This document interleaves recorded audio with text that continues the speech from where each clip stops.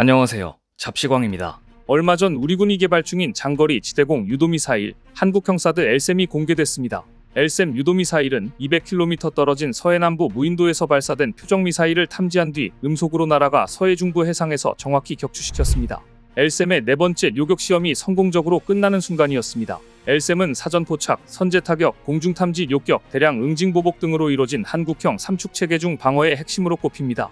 LSAM에서 탄도미사일을 탐지해 추적하는 시커와 탄도미사일을 파괴하는 직격 비행체는 국내 기술로 개발됐는데요. 이와 비슷한 성능을 가진 무기를 개발한 국가는 현재 미국과 이스라엘뿐입니다.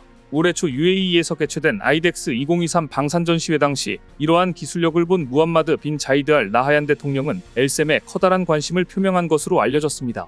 그런데 이번 이스라엘, 팔레스타인 전쟁에서 눈여겨볼 장면이 있습니다. 지금 보시는 장면은 하마스 특수부대가 이스라엘에 침투하는 장면입니다. 평화로운 오전 시간, 이스라엘 사람들은 하늘에서 수없이 내려오는 공수부대의 실체를 정확히 모르는 상황에서 그저 바라보고 있는 사람도 있었습니다.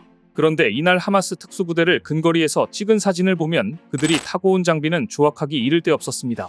고가의 낙하산도 아니고 아주 허술한 형태의 거대한 풍선이 달린 바이크이자 동력 패러글라이더이었던 것입니다. 거대한 선풍기가 달린 바이크 위에 낙하산을 달아놓은 우스꽝스러운 형상이지만 하마스 특수부대원들은 이걸 타고 철책을 넘어 이스라엘을 급습했습니다.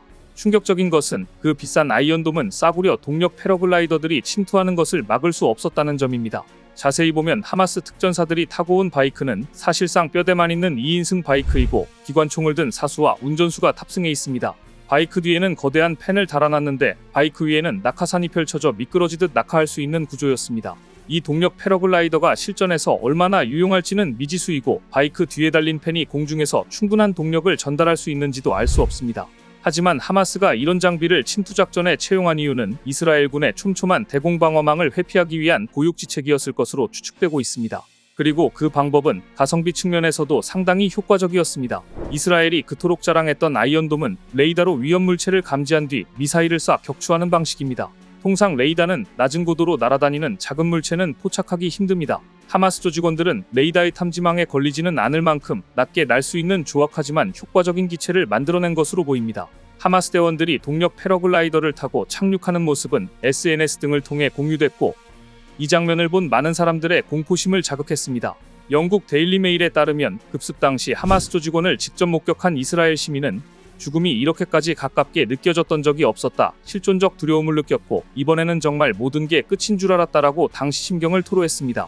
그런데 하마스 대원들의 침투 장면은 누구보다 분단국인 한국인들에게 커다란 공포감을 주었습니다.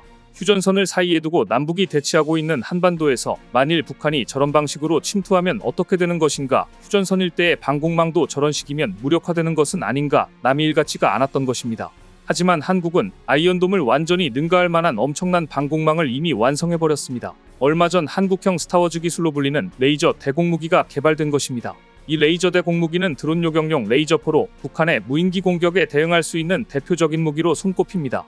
우리나라가 내년부터 레이저 대공무기를 양산하면 세계 첫 레이저 대공무기를 배치하는 국가가 되는데요. 미국도 레이저 대공무기는 아직 실전 배치하지 못했기 때문입니다. 미 해군은 2020년 고에너지 레이저 무기를 공개했고 다음에 미 해병대는 적어도 대공 레이저 무기를 개발해 소형 드론을 격추하는 영상을 공개한 바 있는데요. 미 공군과 육군은 각각 F-35 스텔스기와 스트라이커 장갑차에 출력 50kW급 레이저 무기를 장착할 예정입니다. 영화 스타워즈를 보면 우주를 날아다니는 전투기들이 레이저포를 쏘는 장면이 나옵니다. 인기 게임 스타크래프트에서도 테란 종족의 레이저포는 가공할 파괴력을 보여줍니다. 공상과학 영화나 게임에서나 봤을 법한 레이저 무기가 실전 배치 단계로 진화하고 있습니다. 빛의 속도로 이동하는 지향성 에너지를 이용하는 레이저 무기는 사실상 회피가 불가능해 드론 미사일 등에 대한 최적의 요격 수단으로 주목받고 있는데요. 특히 저고도에서도 강한 위력을 발휘하는 만큼 우리에게는 반드시 필요한 무기입니다. 최근 한국국방과학연구소는 레이저 대공무기의 시험평가를 진행했는데 평가 결과 국방부는 레이저 무기에 대해 전투용 적합 판정을 내렸습니다. 전투용 적합 판정을 받았다는 것은 무기체계 개발이 완료됐고 본격적인 양산과 실전 배치가 가능하다는 의미입니다. 레이저 대공무기에 대한 출력 등 세부 정보는 공개되지 않았으나 소형 드론을 격추할 수 있는 20kW급으로 추정됩니다. 레이저 무기는 고출력 에너지를 표적에 집중시켜 파괴하거나 무력화하는 기술로서 레이저 무기의 가장 큰 장점은 초당 30만 킬로미터를 이동하는 지향성 에너지를 이용해 마하 8.0의 극초음속 미사일도 요격할 수 있습니다. 또 레이저 무기는 5.56mm 크기의 개인 소총 탄환보다 작은 영역에 대해서도 표적을 구분해 파괴할 정도로 정확합니다. 한국국방과학연구소가 레이저 대공무기 블록원 연구개발 사업을 시작한 건 2019년부터였습니다. 2019년 당시 20kW 출력 레이저 빔이 1km 거리에 떨어져 있던 철판 표적을 뚫는 성능을 시연해 보였는데, 이때 시연에 쓰인 표적은 북한 노동미사일이나 2014년 파주에서 발견된 북한 무인기와 동일한 재질로 제작됐습니다. 그로부터 3년이 지난 올해 9월 완벽한 명중률로 드디어 시험평가에서 적합 판정을 받았습니다. 한국의 레이저 대공무기는 사거리가 3km로 늘었고, 레이저를 30회 발사해 3km 밖에 있는 무인기 30대를 모두 맞춰 100% 명중률을 기록한 것입니다. 국산 레이저 대공무기 출력은 20kW로 통상 드론을 격추하는데 20에서 50kW급 출력이, 대전차 미사일을 파괴하는데 100kW급 출력이, 순항 미사일을 무력화하는데 300kW급 출력이 필요합니다. 따라서 우리 군은 앞으로 레이저 대공무기 블록2를 2030년까지 더욱 발전시켜 출력을 30kW까지 늘릴 예정입니다. 한국의 레이저 대공무기는 속도와 가격 경쟁력이 장점으로 꼽힙니다. 레이저는 초당 30만 km를 날아가 극초음속 미사일보다 빠릅니다. 따라서 레이저를 피하거나 레이저 공격에 맞대응하는 것은 사실상 불가능합니다.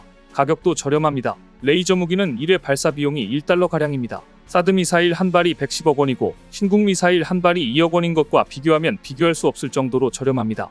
현재 북한의 장사정포는 우리 수도권에 매우 큰 위협으로 작용하고 있습니다. 하지만 이스라엘의 아이언빔과 같은 레이저 무기로 방어망을 구축하여 북한 장사정포의 공격을 효과적으로 방어하게 되면 국민의 생명과 각종 자산을 보호함은 물론 대화력전에서 절대 우위를 점할 수 있을 것입니다. 또한 최근 우크라이나 전쟁에서 드론이 주목받고 있는데, 드론을 이용하여 동시다발적으로 특정 지역을 집중 공격할 경우에도 역시 아이언빔과 같은 레이저 무기로 방어망을 구축하게 되면 기존의 단거리 방공무기에 비하여 매우 효과적으로 경제적으로 드론 공격을 격퇴시킬 수 있을 것입니다. 나아가 미국에서 개발이 진행 중이거나 전력화되고 있는 육군, 해군, 공군의 각종 레이저 무기 수준의 레이저 무기를 우리 항공기나 함정, 장갑차에 탑재해 각종 임무에 투입하게 되면 현재 운용하고 있는 재래식 무기와 더불어 월등한 능력으로 주어진 임무를 수행할 수 있을 것입니다. 예를 들어 레이저 대공무기를 KF-21K2, K9, 레드백 장갑차의 방어 시스템으로 장착하면 더욱더 강력한 무기가 될 것으로 예상됩니다. 드론이 근처에 오기 전에 요격할 수 있기 때문입니다. 당장 내년부터 한국이 레이저 대공무기 양산에 돌입하게 된다면 레이저 기술의 최선두로 알려져 있는 미국, 이스라엘 이 두 나라보다 한국이 먼저 양산에 성공하게 되는 것인데요. 이러한 한국에 주어야 할 돈을 차일피 일미로 온 인도네시아는 땅을 치고 후회할 것으로 보입니다. 오늘 준비한 소식은 여기까지입니다. 댓글을 통한 여러분들의 많은 의견 기다리겠습니다. 시청해주셔서 감사합니다.